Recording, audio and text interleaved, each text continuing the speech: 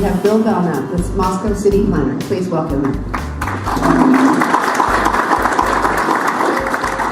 Thank you, Shelley. Okay, thank you. It's a pleasure to be here this afternoon. It's nice to see the temperatures come down a little bit from the highs we had here the last couple of days. It looks like it'll be in the low 80s today, which will be much nicer. It's a pleasure to be here this afternoon. So first off, I like to kind of take a look at some of the regional indicators so we can kind of get a sense of what's happening in the local economy and within our region that helps shape some of that investment that we see through the construction activity and permits. Starting at looking at population, I do apologize, it's somewhat difficult to see. The city of Moscow's population in 2000 was just over 21,291 in the year 2000.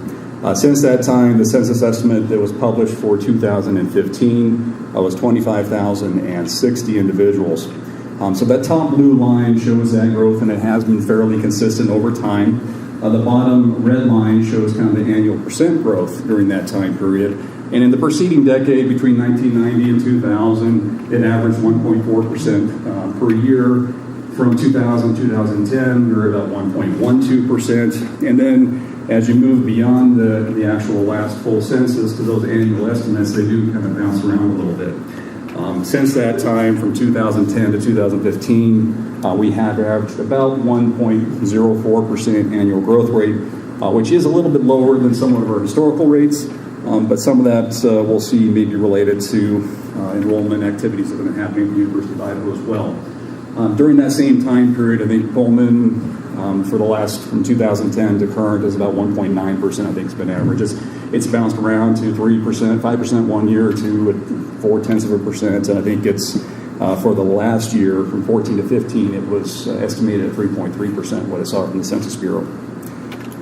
Now, some of that impacts the populations are the enrollments to two institutions. Both universities are significant drivers to the local economy. I can't even see that line.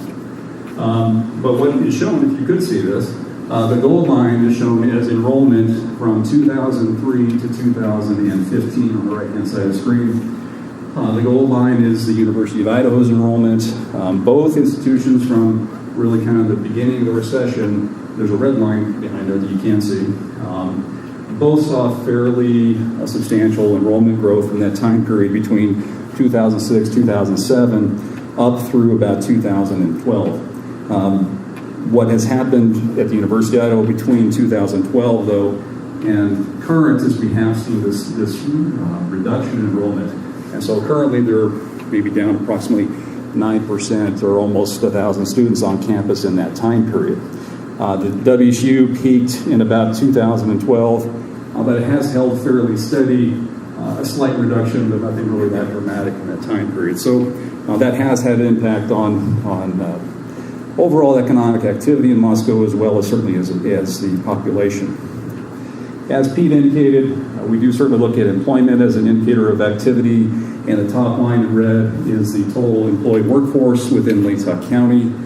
It has, and then the blue bars show unemployment. So unemployment beginning in 2003 was about 4.4%, declining down to about 2.8% in 2007, and then as the recession hit, climbed up to 6.8% in 2009. Since that time period, unemployment in Latah County has consistently declined, and the number that I pulled for March, was the most recent that I had, was at 3.4%. So unemployment is at a very low level. Total employment, so that has declined continuously. Total employment has grown from 2009 to 2015, about 11.2%. During that time period, going from 16,583 up to 18,436. So employment has grown. It has flattened off a little bit over the course of the last 5 years. As we look at per capita income, and this, again, I apologize, this is Latah County, state of Idaho, and in the blue bar is the U.S., beginning in 2002 up until the most recent data of 14.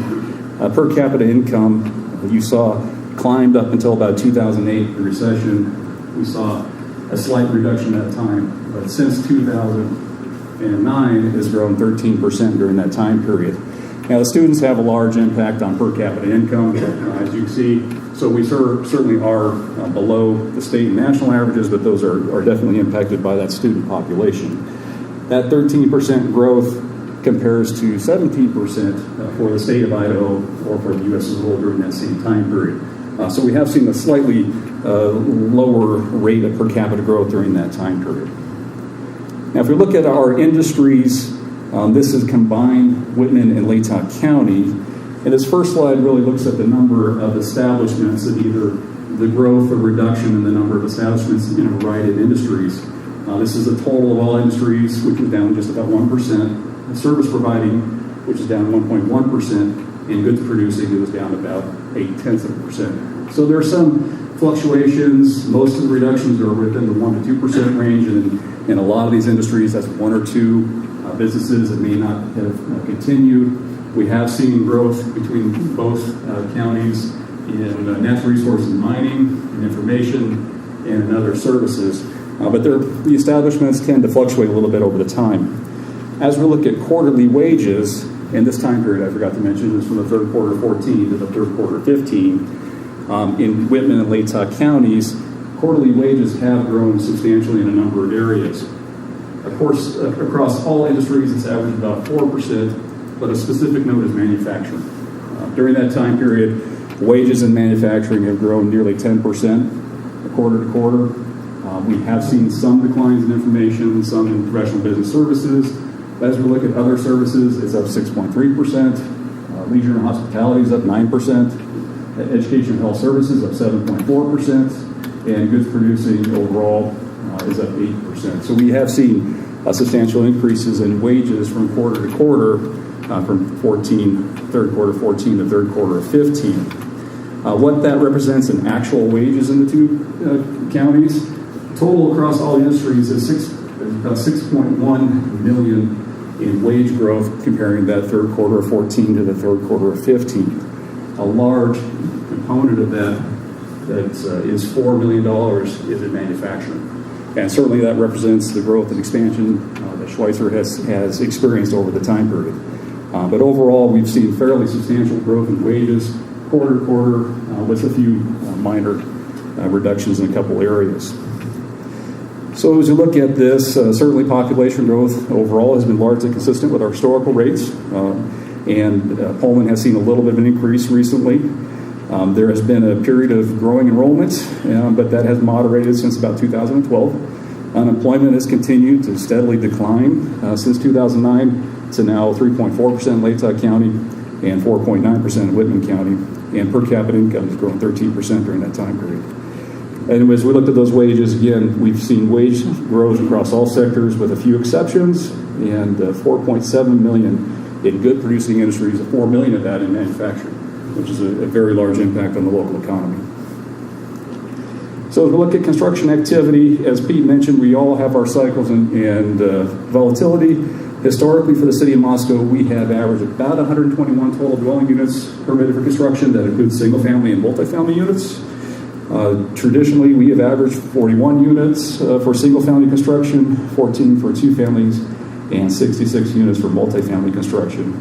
On our commercial construction averages, those generally average about $6 million per year in valuation for commercial activity. And it's important to take a look at what has occurred over the course of the recession. You can see the red line here represents single-family housing starts beginning in the year 2000. The blue is total residential starts, and certainly as you worked up to the residential housing bubble in the 2006 time period, those housing starts dropped, bottomed out in 2009, and really since that time, most of the nation has been running at about 50% of average for single-family housing starts.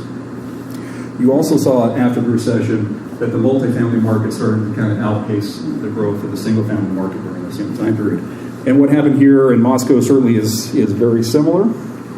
So this line represents our single-family construction, beginning here at 46, 54. We peaked at about just under 80 units in 2006, and then kind of reached the bottom of 20 units in 2009. Since that time period, we have been fairly steady, running at about 60% of average of our historical starts, finishing 2015 with 30 single-family housing starts.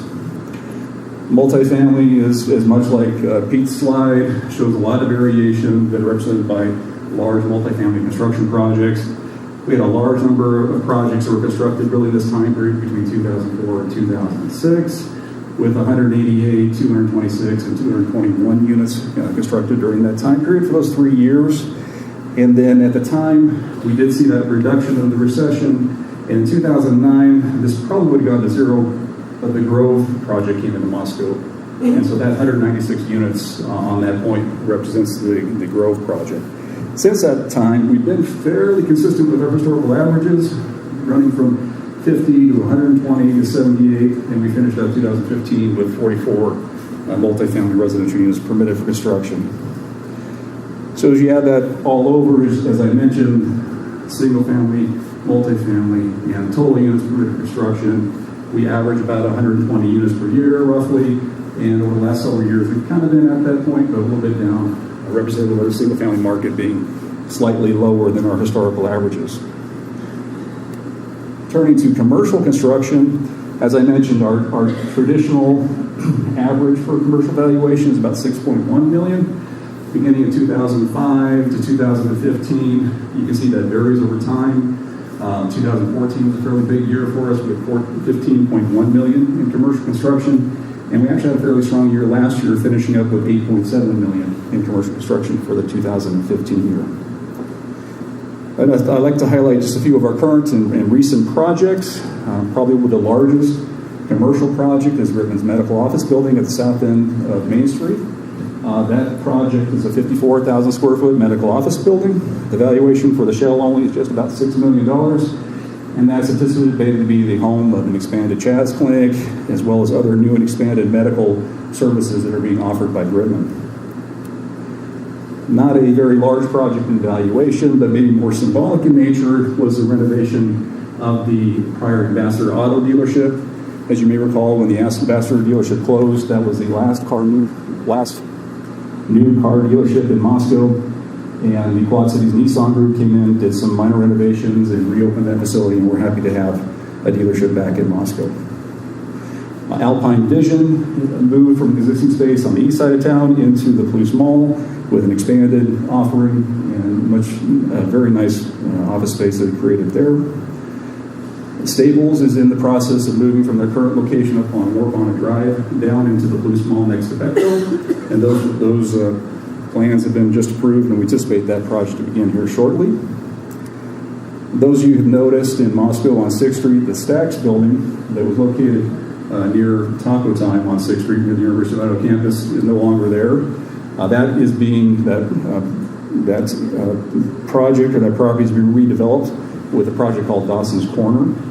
It included the demolition of the Stacks building and the redevelopment of that site with a 3-story mixed-use building that includes 2 ground floor commercial spaces and 6 residential units, and Stacks will occupy one of those ground floor commercial spaces.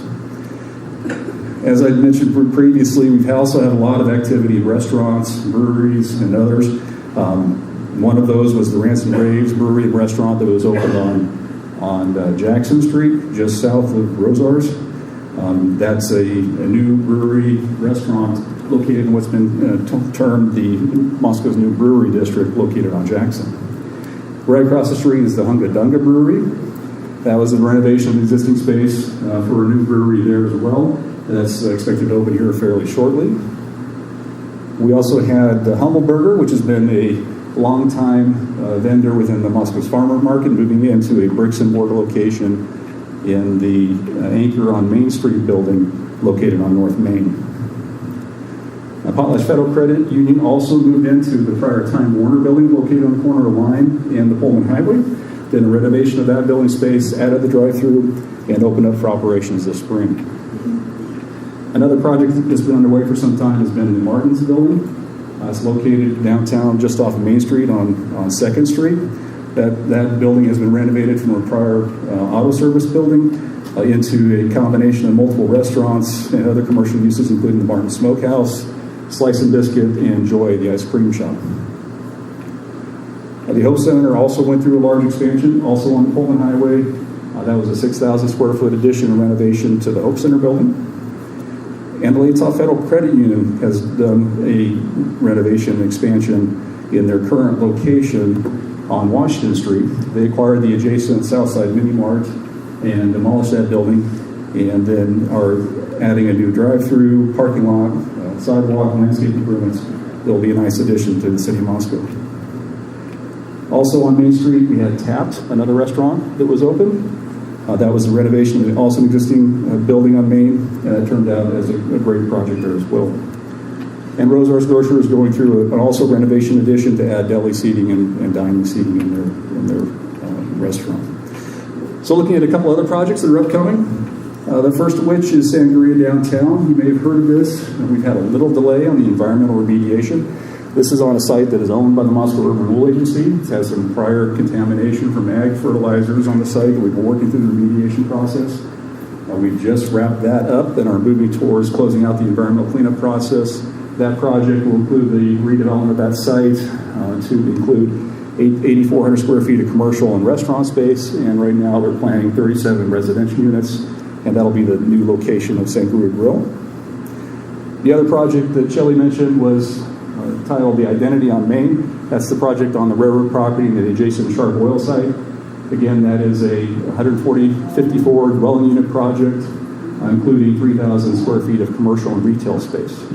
So that's a fairly large-scale project right across from the University of Idaho campus. So that will be a great addition.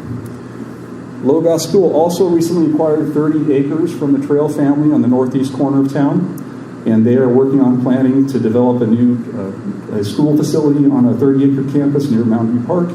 The proposed capacity of that facility is for 520 students and 75 staff members. There are a few others coming up. Coulter's Creek Winery, for those of you who've been down to Julietta, acquired a building also on Main Street. They're working on a renovation of that space for a downtown winery, tasting room, and retail space. Peekaboo Estates is a residential subdivision that was recently approved by the City Council. It's a 20-lot residential subdivision on North Orchard. And we have a couple of multifamily projects we're expecting to happen this year, including Phase 2 of the Silver Creek Apartments, as well as Phase 2 of the Kestrel Apartments on White Avenue. And we have several others that are in planning stages. So with that, I'd like to thank you for your attention.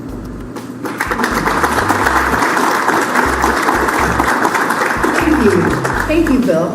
That was fabulous. I really love how everybody pulls in the whole region into these conversations these days, because the Coast is a region.